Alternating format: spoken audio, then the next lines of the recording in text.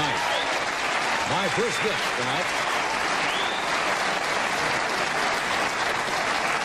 My first guest is an old friend, very funny man. He wears many hats, because he has many heads. No, he doesn't. I mean, well, where does that expression come from, I don't know. We'll have to check on that. Why will we have to check on that? Nobody cares. But I mean, he comedies and he Comedies? He comedies, he produces, he does all those kind of things. And he has a starring role in the movie Author, which is currently filming. That means right now. I'm just on the edge. I know. Let him come out and comede. Why don't we do that? Would you welcome Alan King?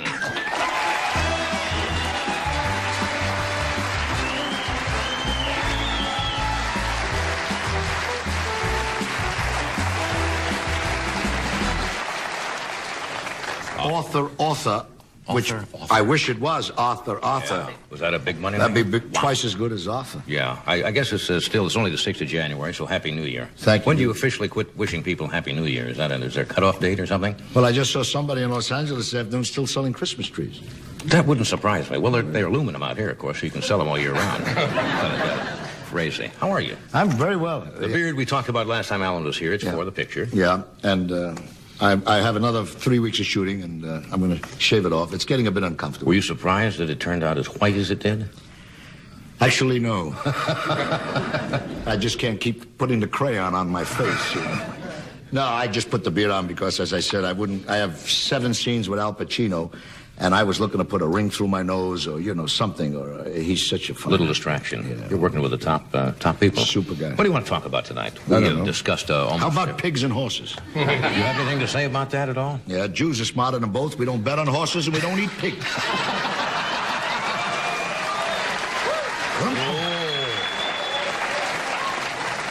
Good, very good. Now to the prepared material. Are you are you Orthodox Jewish? Don't you eat? No, I pork at all. I mean, now. Yeah, there's some modern Jews. Yes. No, but I come from Orthodox family, and right. I don't think there's anything wrong with eating bacon and ham and everything. Right. But it just gives me a better feeling. Yeah. Not eating it because of my background and my training and my heritage. Yeah, those things hold tight, don't they? Yeah, it's important. It's important. Let me ask you something. Did your mother want you to be? I know one of your brothers is a doctor. I have right. Two, 3 brothers. All doctors? 3 brothers are the doctors, and the only one who makes a house call is my mother. My mother did want me to be a doctor. Yeah, that's what I figured. Was she terribly distressed when she found that you were working up in the mountains at 15 and doing jokes? Oh, yeah. Well, you see, when you're the youngest of 8 children, and they were all geniuses at school. Right. And I had to follow in their footsteps in the same classroom. So much was expected of me. Right. Then I was crazy. I was always getting into trouble. And I went away with Major Bo's unit. I came in second on a Major Bo's. Major Bo's was the very famous old... He preceded, for the younger viewers, he preceded Ted Mack. Right, he was the Major Bo's amateur. And we're talking about you, Major. And... Major's gone to that great wheel up in the sky. Yes. Round and round she goes. I came in second. The guy that won it, I'll never forget, I was 14, was a bald-headed man who took his knuckle, banged on his head, and accompanied himself to the bells of St. Mary. Which... I'll give you an idea how good I had to be to come in second. I'm not trying to top your story, which I can't. I was on, remember the old Horace Heidt traveling show? I went on that once in Omaha and lost to a guy with an accordion who finished with Lady of Spain. And there is no way on this earth, if you have to follow a guy playing Lady of Spain, with lots of those, you're out of it. But, but what really was interesting, at least to me, was the fact that I was making, this was Depression years, I went on tour with the Major Bo's units, and I was making $75 a week. My father was making 35 or 40, And so I had this obligation, this family feeling, of course, and I kept sending money home. So my oldest brother, one I've always, ridiculed on television. Oh, the doctor. Yeah. And I sent him to Syracuse, which I'm very proud of. He went to Syracuse and graduated cum laude, Harvard Medical School. He went into the Army, World War II, a first lieutenant, came out a lieutenant colonel. He was the youngest member ever elected to the College of Diagnosticians and Surgeons. I didn't know that. And I wouldn't let him cut my nails, John. No, it's your brother. It's your brother. He was 14, he used to wet the bed. My mother still calls him the Midnight Sailor. You don't want to go to any doctor who was called the Midnight Sailor. That's right. How does he take this when you come Well, on television and you do this? Because he's got now- to face his colleagues the next day. He doesn't have a private practice anymore. He's semi-retired. Discard, eh? No, but he's a consultant. He teaches. He's a consultant. The consultant. That's the guy you bring in when your doctor screws it up. You bring my brother in, and he confirms it. You see. He's the guy that hums you to death. You ever see the guy? I love when the consultant comes in and they look at the charts and the guy's laying in the bed there, and they go, like the guy's going to get up and dance or something. But he got very upset. We just had Christmas in Florida. We had kind of a family reunion, and my brother doesn't drink, but we had a couple of boozers for my birthday, and all of a sudden it all came out. You know, he said to me, "You think it was easy practicing medicine with you as a brother?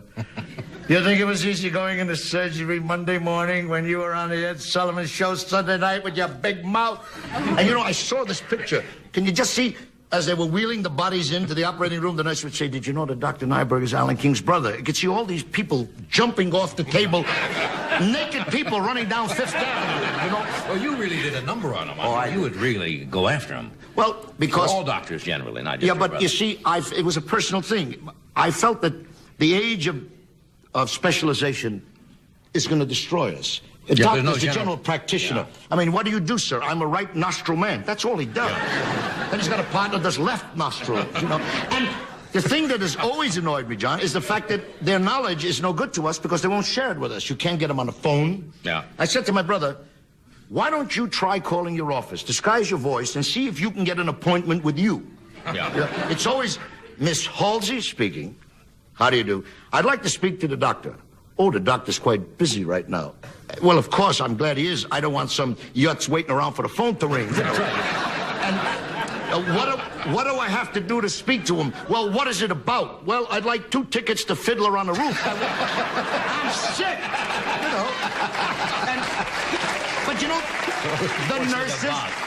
Johnny, the nurses don't realize what they're saying. They really don't. What's it about? You know, what is it about? I said, "Well, I'd like an appointment." "One moment, please." "How about a week from Tuesday?" I said, "Swell, I'll have the hearse drop me off. That'd be nice."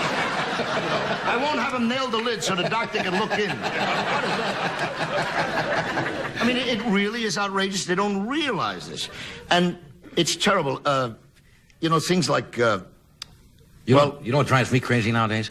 Luckily, I'm in good health, but I went to the Mayo once for one of those checkups. You know where you're going. It's quite a place. And all of a sudden, as you get older, these kids come in, which are doctors. And you think it's some, a guy down on an apprentice training program, and they're specialists.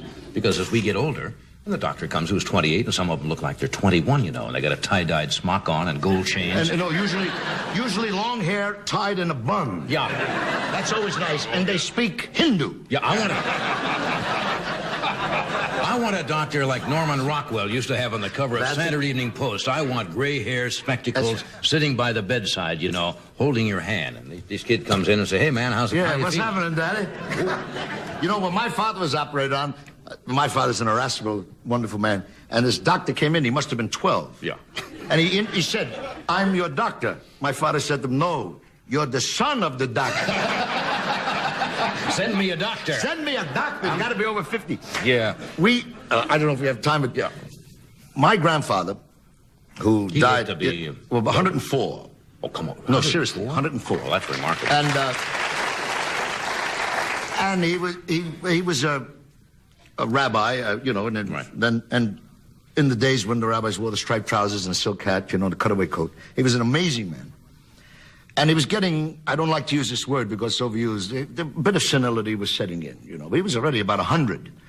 And he lived with my mother. And now I have 3 doctors in the family, right? And the old man got up one morning, and he wore the high boot, the high shoes with the elastic on the side. And the old man walked in, if I may, he walked in dragging the leg.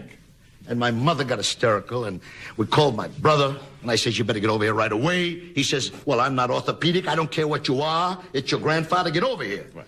And there was a St. John's Hospital in Brooklyn, and I drove the car.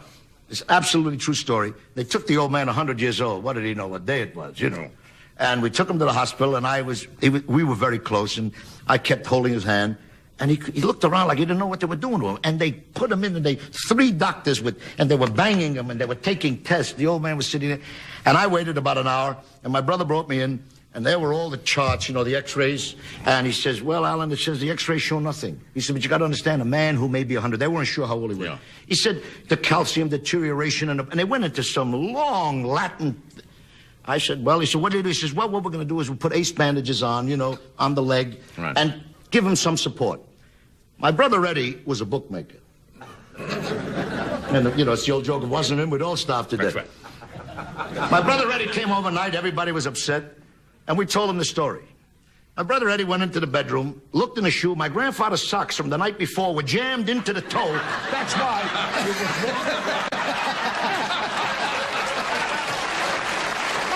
And they were looking at the x-rays. Take the socks out.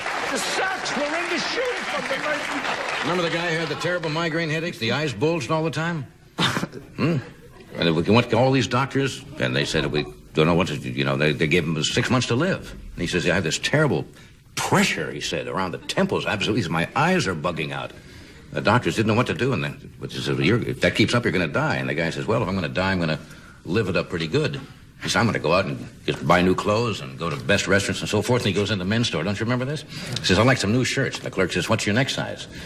And the guy says, 15. He says, you were a 15. He says, you'll get pressure up here and your eyes will bug out.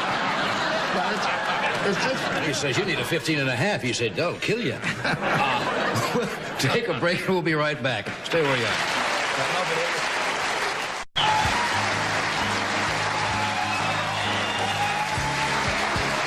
That's nice. My first gift tonight. My first guest is an old friend, very funny man. He wears many hats, because he has many heads. No, he doesn't. I mean, well, where does that expression come from? You know? I don't know. We'll have to check on that. Why will we have to check on that? Nobody cares. But I mean, he comedies and he comedies? He comedies, he produces, he does all those kind of things. And he has a starring role in the movie Author, which is currently filming. That means right now. I'm just on the edge. I know. Let him come out and comede. Why don't we do that? Would you welcome Alan King? Is there a cutoff date or something? Well, I just saw somebody in Los Angeles this afternoon still selling Christmas trees. That wouldn't surprise me. Well, they're aluminum out here, of course, so you can sell them all year round. Crazy. How are you? I'm very well. The beard we talked about last time Alan was here, it's for the picture. Yeah, and I have another 3 weeks of shooting, and I'm going to shave it off. It's getting a bit uncomfortable. Were you surprised that it turned out as white as it did? Actually, no. I just can't keep putting the crayon on my face, you know. No, I just put the beard on because, as I said, I have 7 scenes with Al Pacino, and I was looking to put a ring through my nose or, you know, something, or he's such a fun little distraction. Yeah. You're working with the top people. Super guy. What do you want to talk about tonight? I don't know. Discussed How about pigs and horses? You have anything to say about that at all? Yeah, Jews are smarter than both.